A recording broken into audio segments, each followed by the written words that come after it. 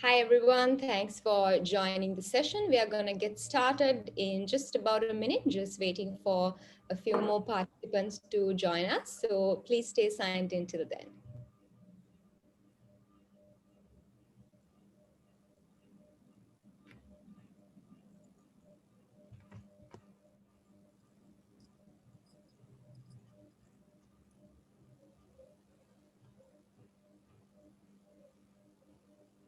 Okay, I think we're ready to get started. Great to see all of you here. Good evening, and thank you for joining us on today's webinar. Today is the third webinar of the webinar series organized by the SLASCOM Marketing Forum. We're talking all about building a global strategy, brand, and team on this series. And if you joined us for the previous webinars, we spoke on branding a couple of weeks ago, and before that, we got into a very insightful panel discussion where we had our panelists talk about some of their shared experiences in marketing, where they succeeded, where they failed, what they learned. And we are moving on today into content marketing. Now, content marketing, as the title suggests, content marketing, why you should be in it for the long haul. Most of us tend to see content marketing as something that's very important, but when you come down into actually creating a content marketing program or building a content marketing strategy, we often struggle in terms of prioritization, how to find topics, where do you find the authors. And because of all these reasons, the content programs that we start off well. They might go on for a couple of months, but afterwards it becomes difficult to keep the momentum going, to manage sustainability, and just to keep things consistent. And especially since COVID, a lot of us wanted to invest into content marketing, and we thought it's the perfect time to speak on the topic. And we have two panelists here today with us, and we're very excited to see the insights that they have to share. And before I forget, well, I'm Kushlani, and I should have introduced myself at the beginning, forgot that there for a second. I work as a marketing strategist and consultant, and I work with technology companies on their marketing efforts. And I'm very pleased to introduce our two panelists for today, both whom have had in-depth experience with content marketing in different spectrums. So first up, we have Inosh Praveen, who needs no introduction really. He is the founder of Articulate, which is a tech and startup digital media publication based out of Sri Lanka, and they have media operations in Cambodia and Malaysia as well. And their main focus is to unearth startup tech and entrepreneur stories and narrate these stories across Asia. Now, Inosh, with his experience in Articulate, especially working on the media angle, on the content angle, brings a lot of rich expertise in terms of how you can build programs for content and maintain sustainability and consistency. And of course, alongside him, we have Nishad Silva, who is the Senior Manager Internet Marketing at Creately. Now, Creately also, if you're in the technology space or even outside of the technology space, I'm sure you would have heard of Creately and the great work that they're doing. And Nishad will talk a little bit about that as well. So Nishad brings with him over 14 years of experience doing digital marketing and increasing revenue for large companies. And Nishad has really lived and breathed the whole, how do you generate organic traffic through content marketing? How do you invest in a strategy that doesn't burn a large hole in your budget? And he has results to prove how you can really use content marketing as an effective part of your brand awareness and your lead generation programs.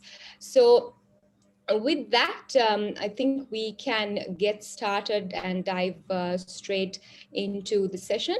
Um, I do believe we have a quick intro video, however, on SLASCOM and their goals and their vision. So I think we can start off there, and then we can move right into the session.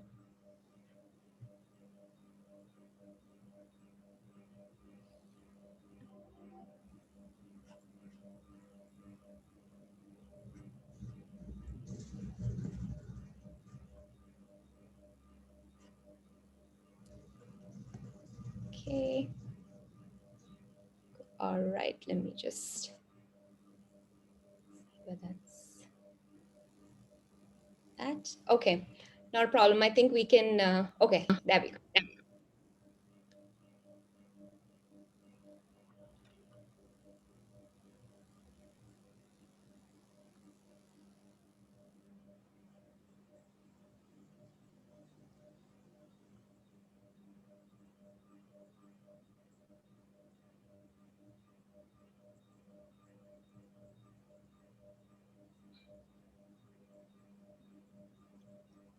Sorry about that. Looks like we're having some technical difficulties getting the video sorted. Just give us a couple of minutes to get it sorted out. Okay, there we go. Okay. All right.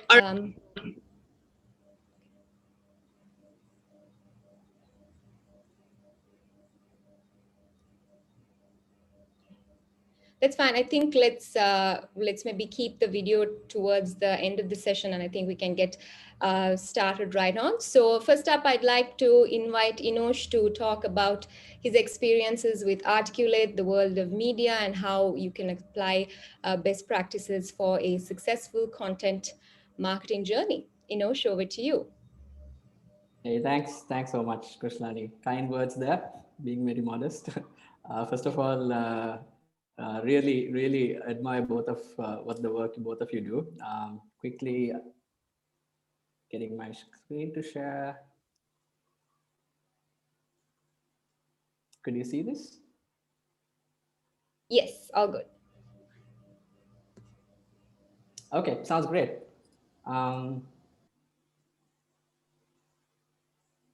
Perfect.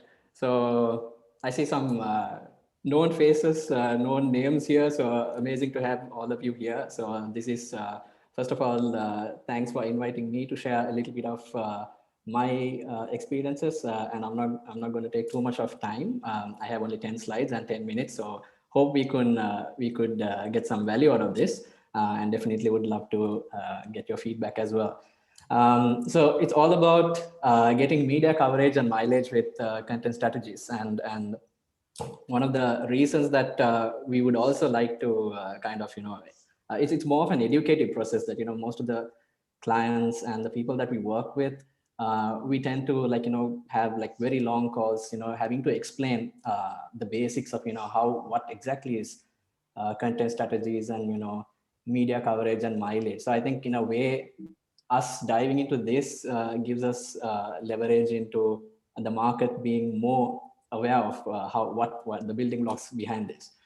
So a quick outline would be what we'll be discussing today within the slides is how to, the building blocks of a great story and examples of successful digital PR. So I'll be sharing a few examples.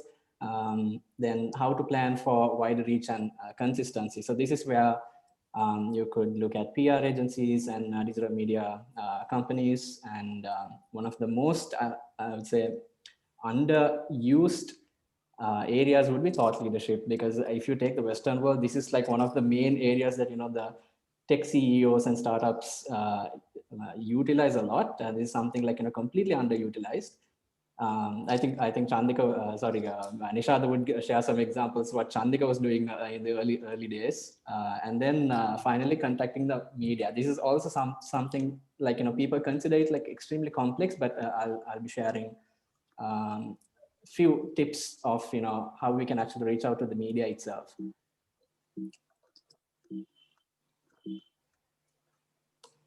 Right. A little bit of myself, just to give a background. So I'm the founder of Articulate Asia, and the whole what we do and, what drives us is we want to take local tech and startup stories. We want to take it to Asia. I think we've been spending a lot of time narrating stories within the country, but I think we kind of realized late that, it's a small country, everyone knows everyone, and, it's no point narrating the same stories here. So right now we have a larger mission where we are taking the stories to Asia. a guest writer, occasional guest writer at Ceylon Today Tech Talk, and former director at the Found Institute Sri Lanka. We've done some amazing work there as well. I was the former ambassador at Google, GSCA Sri Lanka, and co-host at Spike, and co-organize at FUP Fridays, which we do at Hatch. So just a little bit about me. So diving in, I think when it comes to content strategies, I think there is a few basics that we could actually look into. It could be pretty much any content strategy. But when it comes to, let's say, reaching out to media, or coming up with your own blogs or articles, I think there is a few things that I would say the building blocks that we need to definitely look into. Because I sometimes get calls from some of the clients that we work with, or some people who would like to work with us. They call us and they say, hey, we would like to publish something. And then I would ask, so what would you like to publish about? And they would say, we don't know. We just want to publish something. So then I say, okay, it doesn't work that way. I mean, you need to have something to publish, because it originates out of a need, or it originates out of, what exactly you want to communicate to a larger audience. So it's not just about, hey, we need to publish something, we just have budgets and we just need to utilize that. It probably might not work that way. And when it comes to, I think, a 6-step process which we use, I think for us to be famous, we need to, even the first letters of all of this, you see it reads out as famous. So just a wordplay that I came up with. So I think we need to look at formulating the message itself. So when it comes to formulate, I think one of the simpler ways of looking at it, I think if let's say you have no idea of how to come up with any message, I think you could just look at the most simplest form of, you could see, okay, whether you want to talk about a product or a service, maybe like a launch, or is it something to do with like funding, or is it something like milestones, achievements, or awards, or you could even explore strategies into thought leadership, which I think Kushlani does an amazing job in this. And I think if let's say you have no complex idea of how to build content strategies and like long-term strategies, I think these are just the basic things you could even start immediately, even overnight. And I'll be actually focusing on how and where to do it, and I think Nishada will show you more of why we need to do it. So I think once we have formulated a message, it's basically we need to amplify it.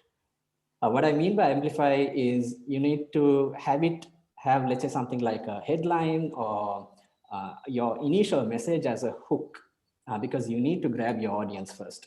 And the easiest way to explain that is, let's say, for example, if you maybe taking the example, we recently, I think after about a year, we launched or rather relaunched Spike after COVID.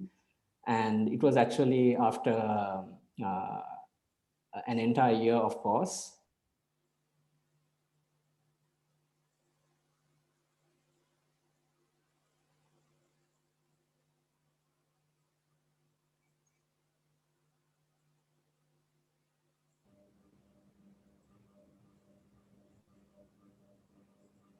Okay, I think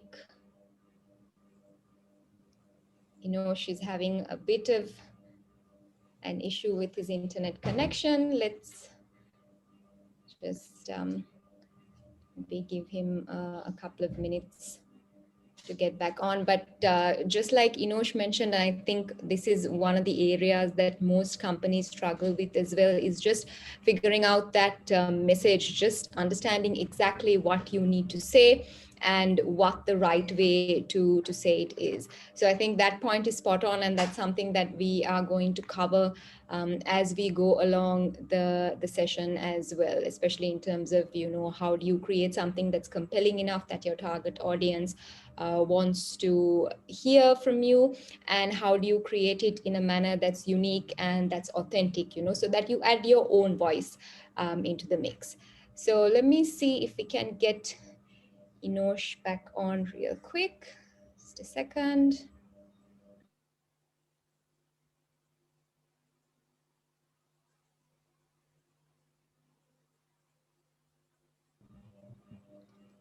Yep, Enosh is on his way over. I think all of us are all too familiar with working from home and sudden power cuts and, Zoom calls just uh, going off all This, there. Isn't this it, was Nisha? I'm something, sure. yeah, this was something I was worried about too, right? So I was actually Yeah. thinking maybe I should go to office today because what if Yes. a power cut happens? But then I Yeah. thought, let's and hope for the and power best. cuts the power tends to be fine. It just tends to go off when you have an important meeting or a Yeah, presentation or something. So it's like it's bad timing always. So let's so see true. one thing. Yeah.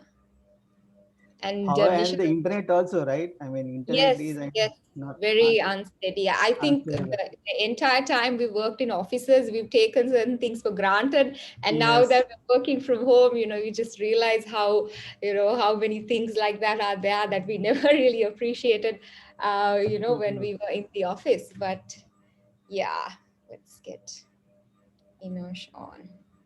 Right.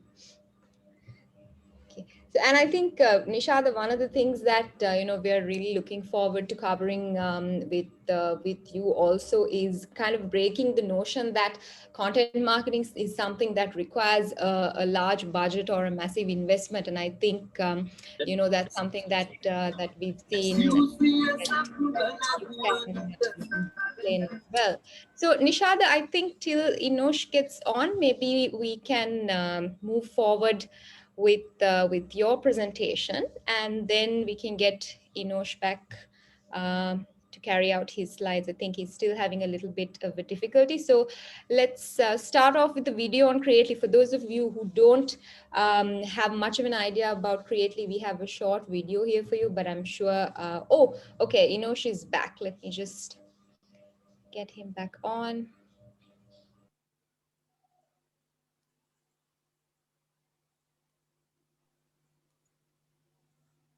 Hey guys, absolute worst time ever to get a power fluctuation. Yeah, we were just talking about that.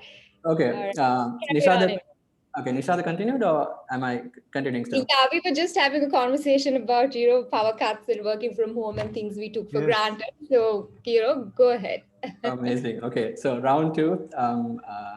Just give me sharing rights again, please. Right. Okay, hold on.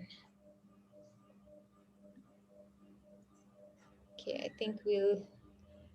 Oh, right. You should Yeah. have it now. Yeah.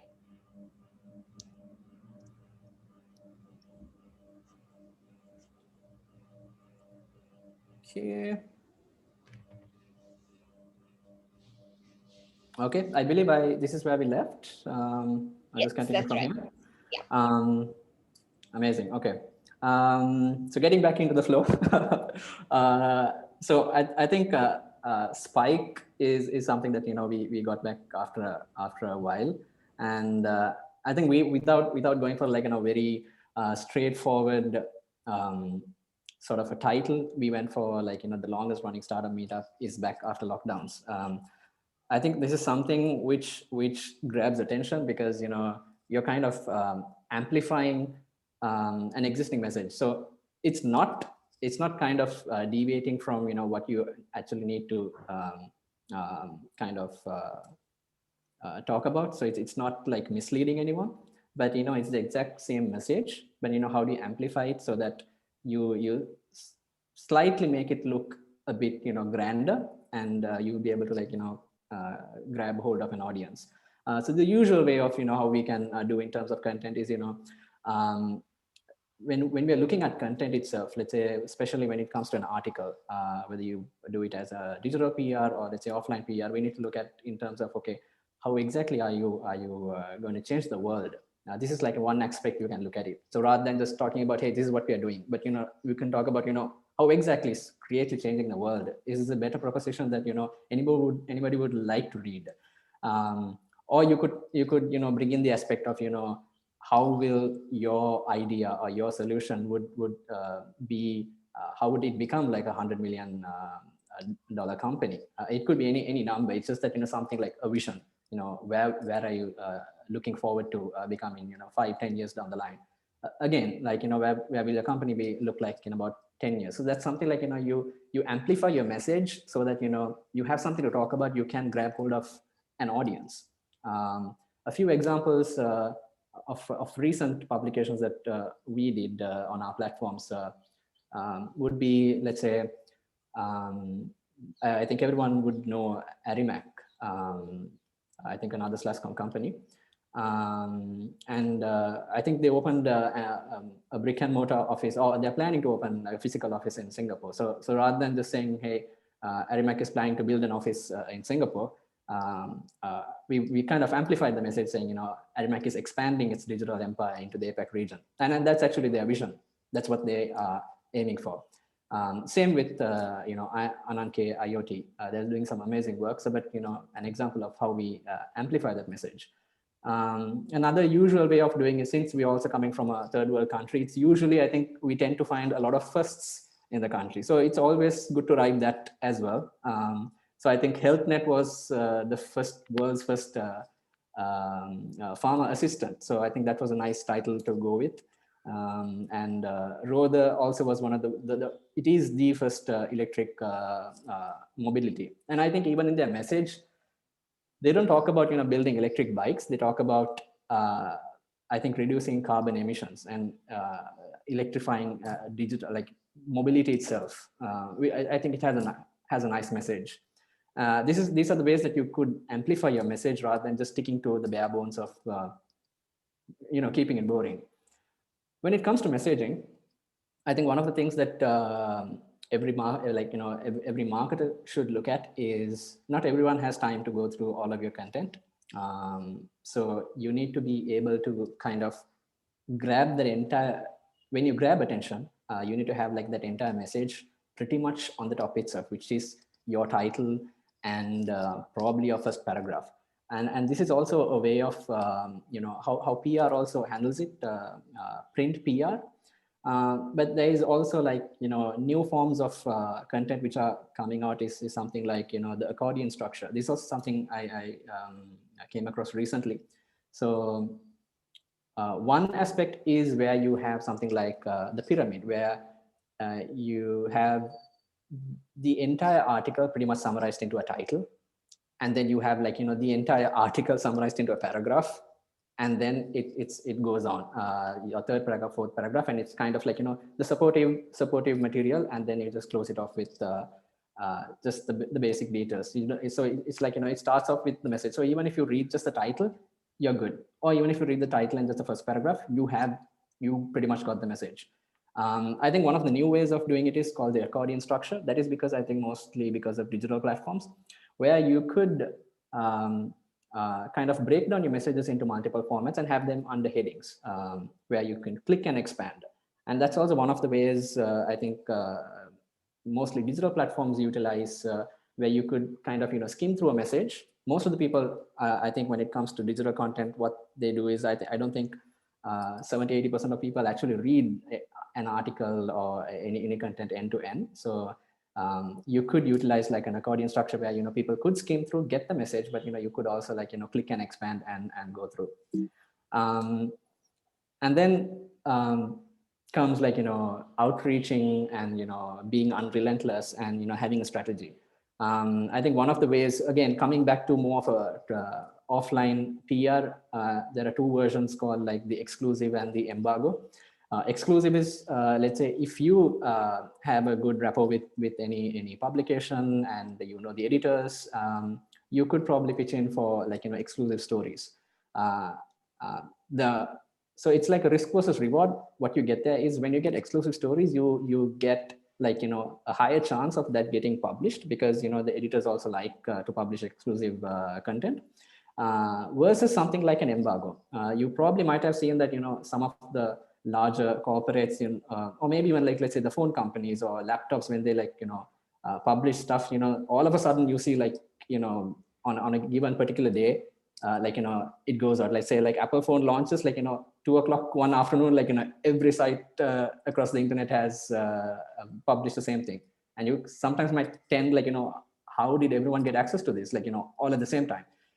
It's usually something to do with something called embargoes, where everybody had access to it maybe like a week or two prior, and they publish it on a given time. But let's say when you engage in embargoes, the thing is probably not every publication would publish it, because it's not exclusive content. This is something that you could explore. Further coverage on digital outlets, it is something like, you could explore with local outlets. So it's not only like, the mainstream digital and offline PR. You could also look at, other forms of maybe even, let's say, Clubhouse groups, or maybe LinkedIn groups, or maybe like, individual people who run shows. So it could be anything, like, as long as you can reach out to your audience. And then coordinate with digital publication PR agency or exclusive groups could come in, let's say, one step further. Let's say you have a content program running internally, but you just need a little bit more beef into your program. I think you could probably coordinate with, let's say, people who do this professionally. And it's always good to strategize for, let's say, 3 to 6 months, because usually what happens is, over a weekend you get hyped up.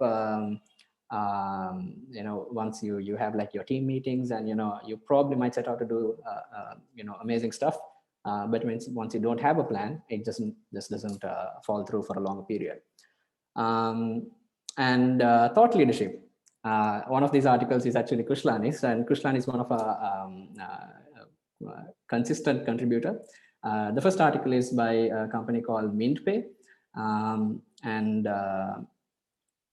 this is also something more like thought leadership, because they don't directly, hard sell their product, but they kind of own a space. So this is like, not a overnight strategy of, getting a lot of traffic. This is more like, long-term strategy of, to be identified in a space. So let's say something to do with like cybersecurity, you could own the space. So someone like, Asela, who contributes to us very regularly, he pretty much like, owns that space. So anything to do with cybersecurity, it's Asela who talks about it.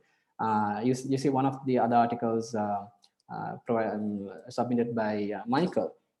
So he's talking about, choosing your lifeboat, and he's talking more about, employability and, cutting down rent and all of this. But, it's stemming from, he's talking from a co-working space point of view, which he's a part of. So the content is extremely useful for a reader. It doesn't sell anything, but eventually you get identified with a certain let's say space, and it could be an individual, it could be a company, and you could command dominance over that, and over time it will reap its benefits. Contacting the media. So this is something that lots of people consider it like it's complex. So I'm pretty much giving away stuff that we do for a living. But it's no magic that you could actually reach out to say digital publications or print publications. It's a matter of how do you pitch a story. It's not necessarily that you need to be like friends with the editors and the writers. You just it's about how do you pitch a story, and what exactly the value of the story that brings to a larger audience. So this is just an idea of reaching out to an editor. So yeah, that's it from me. I think if there is anything anybody would like to get assistance from, you could reach out to our writers and publicists, and I'm always open to answer any questions through LinkedIn. Thank you. Brilliant. Thank you so much, Inosh. You touched on some very valuable points there, alongside messaging, having a bit of a long-term strategy planned out, and then just figuring out the right way to get your message across, and how it's not always about talking about your company or about your brand, but just adding value through thought leadership. So thank you very much for that. So we're going to move on to Nishada's presentation, but before we do that, we have a very quick video on Creately and all of the wonderful things that they are doing right now. So as soon as we have the video played, Nishada, it will be all yours to get started.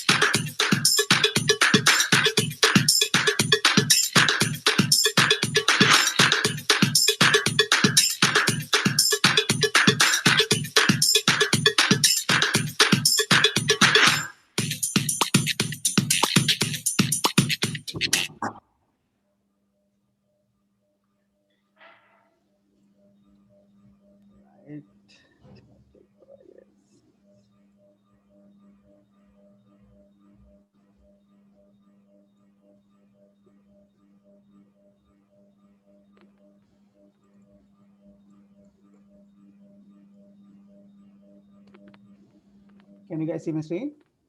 Yes, all good, Nishad. Yes. Okay. So I hope you guys were impressed by the video. So it is a great product. So but I mean, in general, when I do presentations, not many. I mean, if it's a tech crowd, they'll probably heard about us. But in any other forum, it's very rarely do people know about Creately, right? So let's get like into it. So so a little bit about me. So I'm actually have a tech background. So I was a software engineer for most of the time, from 2004 to 2011. And during that time, I started this, digital marketing and all those stuff. And from since 2011, I joined Creately as a full-time digital marketer. So I've been there since then. So it's a great journey. So we have grown a lot since then. So it's deep in, right? So this is a look at our numbers, right? So so I mean, in 2020, we were doing 30 million visits per year, right? So in 2021, we are hoping to go 50 million, and we are on our way there, right? So these are a bit ambitious goals, but definitely doable with the correct strategy, right? So these are some of our customers, right? From Amazon, NASA. I mean, it's really interesting when you look at their use cases and when you talk to them, the Mars rover project, they had some issues with that. So we were helping with that.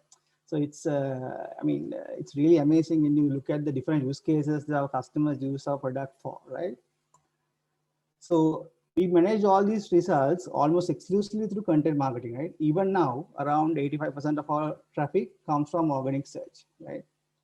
So I mean, typically we do around 5 million, like 3.5 million per month. So I mean, that's around 2.5 million or a little bit above that from organic search, right? So since because of content marketing, there are three things I would say that is very important if you are just starting out in content marketing, right?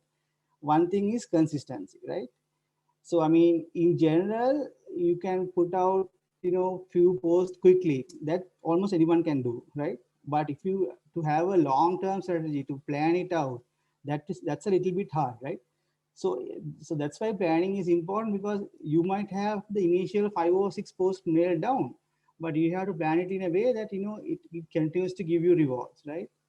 And it's a long-term strategy, right? I am mostly talking about the content, like the article side of it, because that's what Creately do, right? So always think of it like this, right?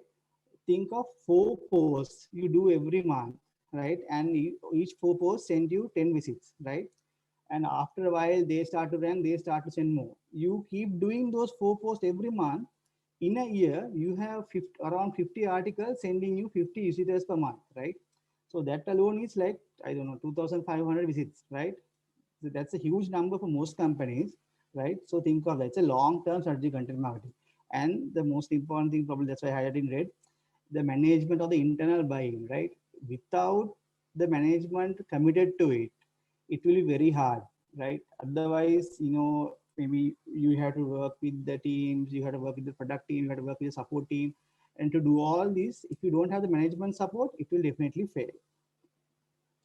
So these are the benefits of it. I'll quickly go through them. Like you can get leads and customers, always fresh content for your social channels, increase brand recognition, and also the overall authority for your total domain, right? For example, let's say it's creately.com. Any article, let's say we talk about running a flowchart tutorial or something like that. Anytime someone shares the article or links to that article, the creately.com domain also gets some value out of it, which in turn helps all the other content as well. So common challenges, I mean, this is common for Creately as well. It's consistently producing high quality content. Initially what I told you, right? Getting those 4 or 5 initial articles, probably most people can get it done, but consistently producing things, very hard. And then promoting content. And another one, I mean, some people even don't do it, but most people struggle with also is measuring results. How did that piece of content perform? What did we get out of it? So measuring those things is very important to follow your long-term strategy. So when it comes to consistently producing high quality content, if you break down it, one thing is struggling for ideas and topics, right? If you don't have anything to write about, you can probably refer to what Inosh has shared in the front. So you can talk about your launches, new products, mergers, things like that, right? And another thing is not enough resources and budget, right? And if it's if you are working with agencies, or maybe if there's a whole long approval process, that will also delay things. And branding issues, like what to share, what not to share, right? If you share this, will it negatively affect our brand? Those kind of issues also comes up. And when if the negotiation process something happens, then it will take forever to some content to go out, right? So I will talk about how we generate topics, right? So mostly it's come from brainstorming, right? I mean, you read a lot of things, you look at the customer problems, you look at the search, right? So, and also your own data, right? So for example, I mean, most Sri Lankan, I work with companies, and most of them never use or even heard about Google Search Console. It's a free tool that tells you about all the search traffic, all the things your customers find you for. You can look at those data and see, okay, customers are looking for this, and we are appearing for these searches, but we are probably not getting the clicks or not getting the visits from them. What can we do to rectify that? Can we come up with an article addressing that specific question, that specific search query, right? Those kind of things you can do. Also support questions. If you're a product company, you most likely get support questions, and then you can see if there's a common thread to it. Okay, this question is asked a lot. Can we write something around this? So those are another thing that you can look for, right? And the next one is spying on your competitors. Or that's sort of a little bit a next level sort of thing. But if you have a already established competitor in your niche or market, you can look at what they are doing also, right? I mean, if they are successful, they must be doing something right, right? So it's, I mean, I'm not saying you have to copy them, but you can always look into them and see, okay, how are they doing things, right? So, I mean, there are free tools do that also. For example, Google Alerts. You can set up a Google Alert for, let's say, we have Google Alerts set up for all of our computers.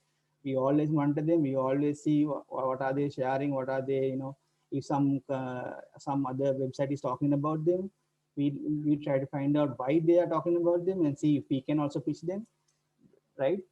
And then there's another level is like analyzing competitors' top performing content.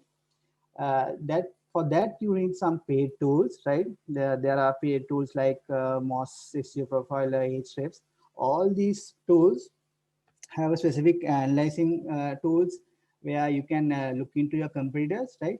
So I mean, it might not be necessary for you, but let's say, if you are just starting out, one thing you can do is get their free trial. Most of these products are like a 14-day, 30-day free trial, right? So what you can do is get on the free trial, do all the analysis and export that data.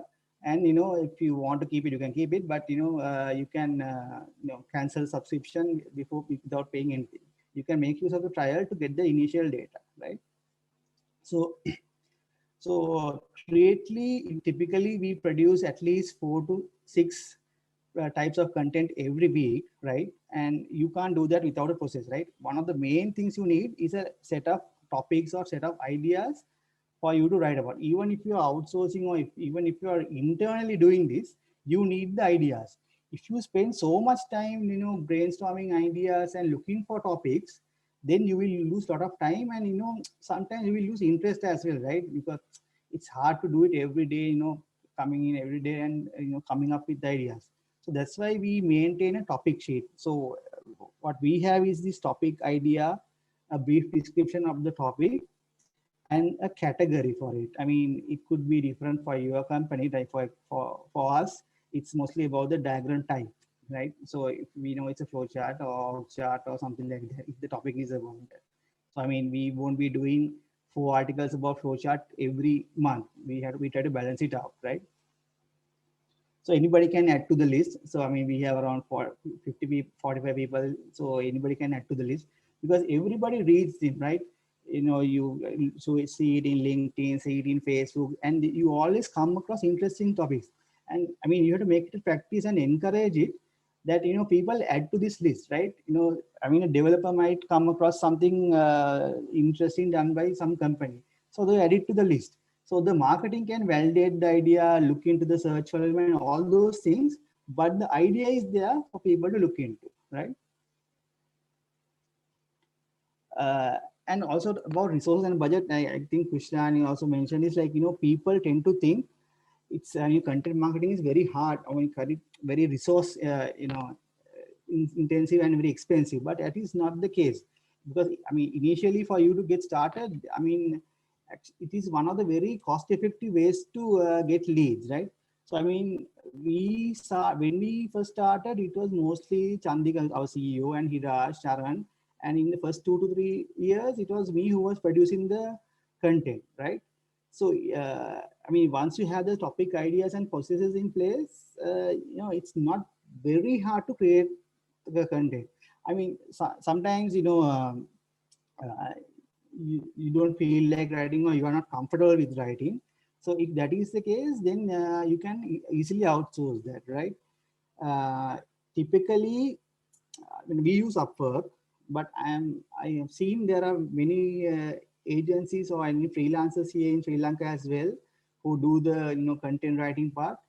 So I'm not very sure about the prices, but in Upwork, we typically spend from $20 to around $75 per article, depending on the quality, the research, and all those things.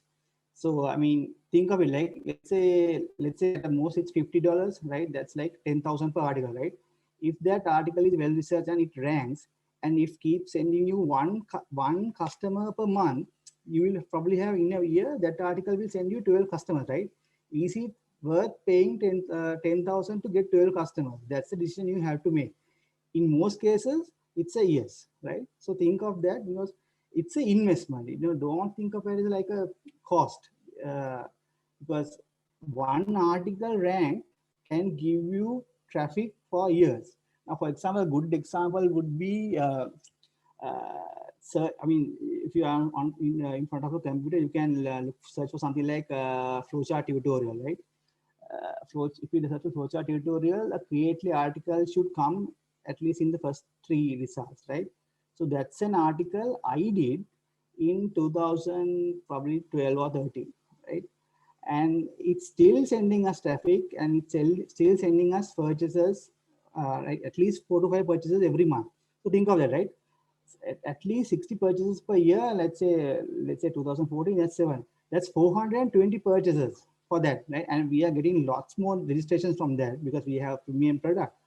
But that article, which I spend around at most probably 2 days creating, is still sending us purchases, right? And also, I mean, this is something I come up with small companies as well. When they're just starting out the content marketing journey, the resources for the creating a blog, something like that, maybe hosting a WordPress blog, something like that.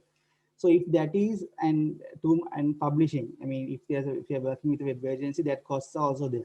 So if that is the case, you can make use of some free platforms like Medium that are geared towards easy content creation, right? Of course, you can later, when you are comfortable with, if you have the budget for the, a blog, you can move your content back to your own blog as well, right? And I touched upon, for example, if you are talking about social media, there are free tools like Canva, which lets you create social media posts quickly. And they have all these layouting features and everything. You don't have to worry about how this will look in Facebook, how this will look in LinkedIn, how this will look in Twitter. Everything is sort of done for you. So you can make use of those free tools to come up with quick social media posts. And also, one other thing probably you should do is follow sites like Product Hunt and AppSumo. There you will be exposed to new products, and you will most likely get some lifetime deals or very heavily discounted prices also, because they are also just launching, right? So I mean, we have a list of tools that with lifetime deals, and we are always looking into Product Hunt and AppSumo, looking for new tools as well, because that's a good way to save some money out of it, right? So next thing is the promoting content part. For that, you need to have a well-defined promo process and you should have it documented. So whenever someone produces the content, you don't have to think what to do, right? Thinking, wastes time and, reduces efficiency. So if there's a process in place, right? Okay. As soon as the blog post is going, you have to share it on Twitter, post it in Facebook, post it in this group, send it to this newsletter, send it to, share it in this WhatsApp group, whatnot. If you have that process defined, then it's easy, right? And also then you can easily outsource it also, right? You can pay a small amount and quickly get it done, because those are sort of like a tedious tasks that are easy to do but time consuming, right? So you can, if you have that process well defined and documented, you can execute it much easily. And you can use automation to simplify the processes. Most social media dashboards like Hootsuite, Buffer have these automation features and scheduling features. You can make use of, I mean, those tools are free as well. You can make use of them to automate your processes and speed things up, right? And also you can, there are, you can go for paid options which allows you to create content queues, sort of like. So what you can do is you can create a queue, and to the queue you can add like 60 posts.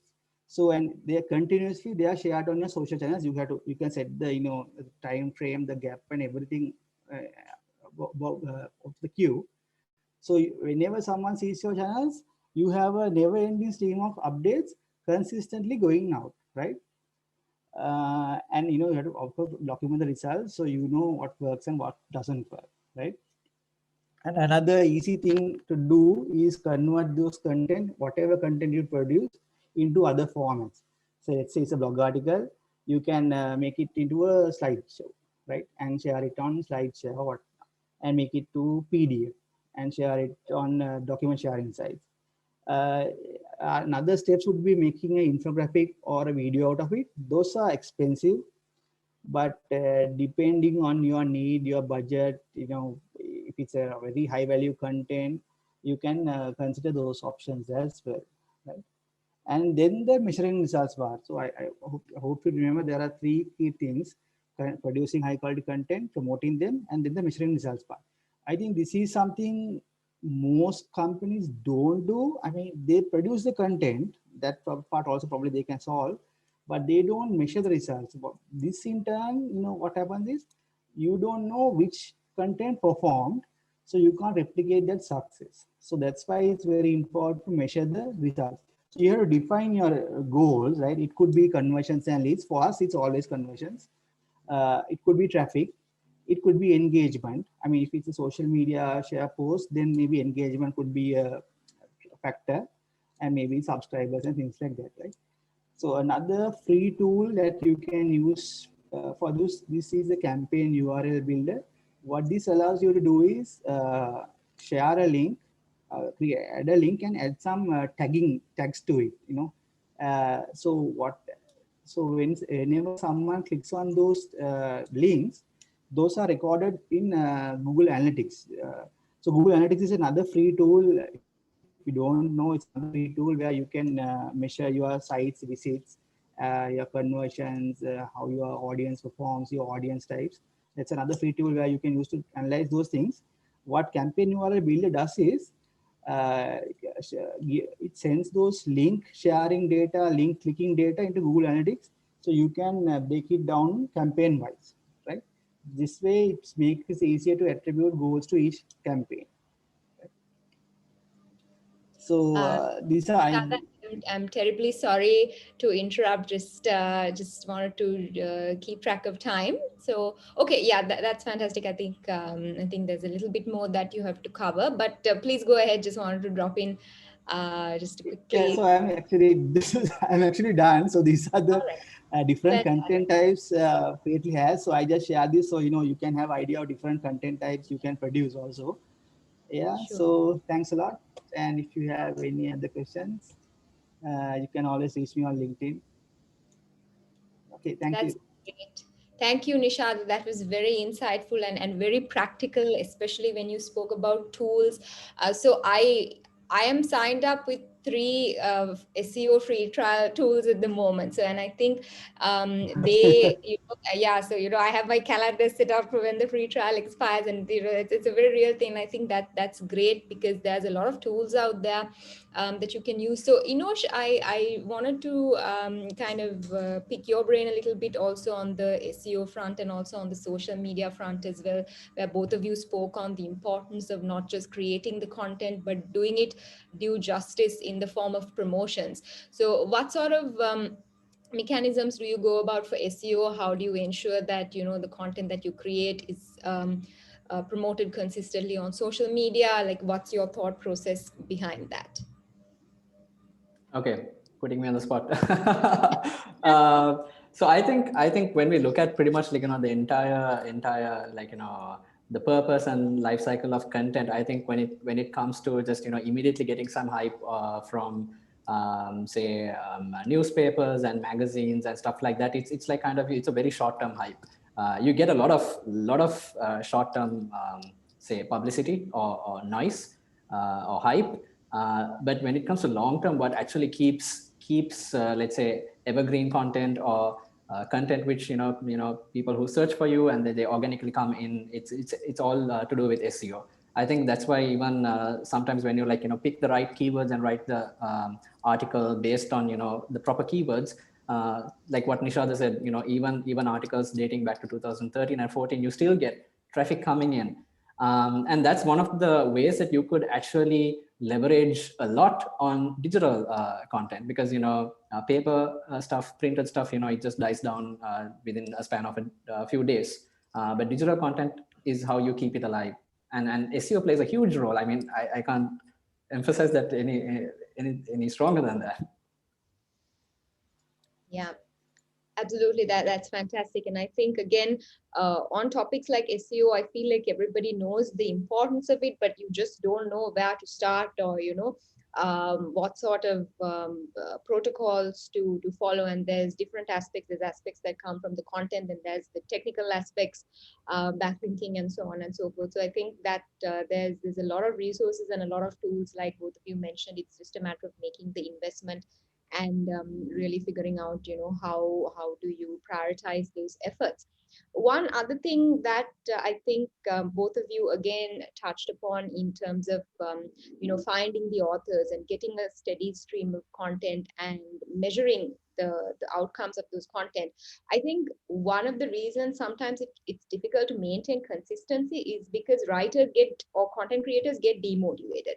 You write one thing, you do another, and then you might not always see results, and you think, oh, you know what, maybe this is not adding much value, and you tend to put a hold on those efforts. So how do you manage to keep your content creators motivated? Because in some cases, especially if you're a small tech company, you probably have one or two creators. So if they stop, the engine kind of stops from there. So in your experience, what have you seen as good ways to keep these writers and content creators motivated?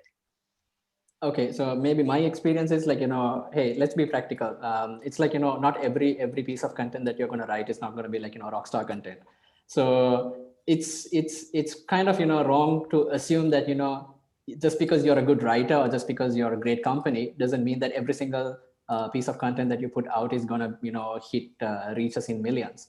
But this is sometimes true with pretty much all the companies that we consider popular. We tend to see them as that every single thing that they put out is getting so much of publicity, but probably behind the scenes they're putting much more content. We don't just see it.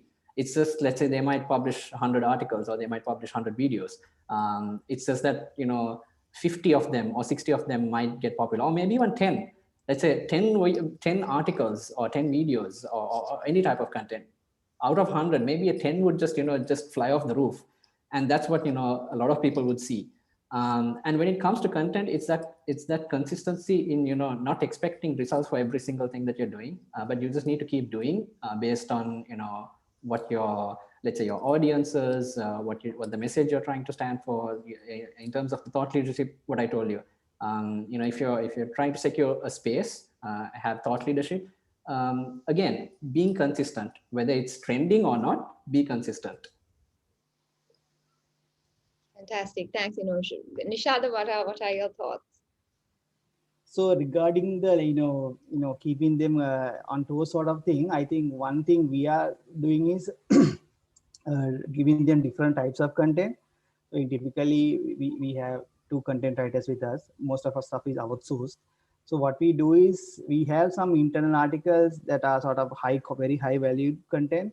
We ask them to do, but they are also involved in the social media proofreading processes, email writing, landing page creation. So the work is sort of varied. It's not every day you come and you put out articles every day.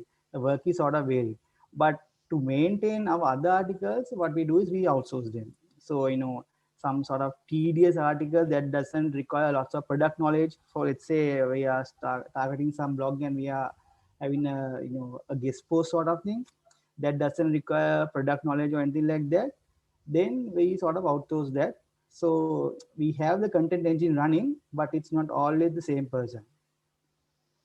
Yeah, that's great. So then there's, there's no monotony on the part of the Yeah. creator as well, right? You're actually looking forward to creating that content and not just considering like a tedious task and you have to do it. So that's great. Thank you for that. So I'm gonna take a question from the audience. It's a little along the lines of what we just discussed. It's actually on the content creation process. So the question is, if you're this is for someone who's writing evergreen content which is SEO friendly, um, if someone needs to read 10 articles to write a great article, what is the method or the process that you follow for that? So what's the structure? How do you get that content noticed and so on? So I think in a nutshell, it's just how do you what sort of thought process do you put into creating a really good piece of content, aside of the research and getting into that headspace? And as content creators yourself and working with other content creators, I'm sure you have a lot of insights there too. Yeah, I can go first on that. So it's like, there is no like, set formula for this. And being content creators, we know this very well. It's like, sometimes you expect something to work, but it doesn't. But sometimes you don't expect something to work, and that just, works wonders. So it's like, it's a constant process of, keeping a tab on the pulse, just to, keep like, keeping a tab of what your audience is reading, what they're following, what the trend is, and it's a constant process. And as a writer or content creators or marketing divisions or anybody involved in this area, you need to be in tune. And that's the best way to put it. I mean, you can't expect follow all the theories that you know about marketing and content writing and expect it just to play out the way you expect it to. And when it comes to like evergreen content, it's again, it depends on some of the basics. Like some content is like you by default it works. Sometimes it might not be relevant, sometimes that might not immediately fly off, but it's worth investing that time when you have the time to, or when you have the opportunity to do it. Let's say, for example, a great story, you might see it like you have the opportunity to do it right now, but it might not fly off. But still, invest that time then and there, do that article, whatever the type of content, whatever the mode of content is, do it, put it out. It might pay off later. So that's pretty much it. There is no magic formula for this. Yeah, absolutely. Nishada, what do you think? So if we identify an evergreen content, right? If we identify it as evergreen content, we sort of mark it as a what you call a high value content. Then we go all in with it, right? Now let's say let's say some for example, the flowchart article, right? So flowchart tutorial, it will be evergreen, right? I mean, even in another 10 years, people will be searching for it. We know that, right?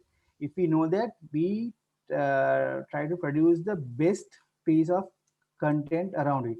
So our flowchart tutorial will be the best flowchart tutorial on the web, right? I mean, it will not be the web. I mean, there might be better ones, but we try to make it the best, right? So how do we do that? We sort of look into the data, right? We look into Google Search Console data and see what are the keywords that's sending us this traffic. Then we add those sections to the article, right? If you look at one our like if you look at our blog articles, they are very detailed.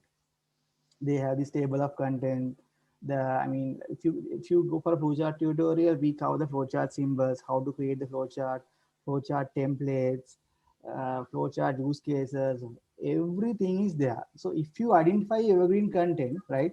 If you know this, if you rank for this, we will be getting customers forever, sort of. If you identify some content like that, you go all in with it. You try to get a good writer, and you produce the best piece of content out there, and keep promoting it. Fantastic. Thank you, Nishada.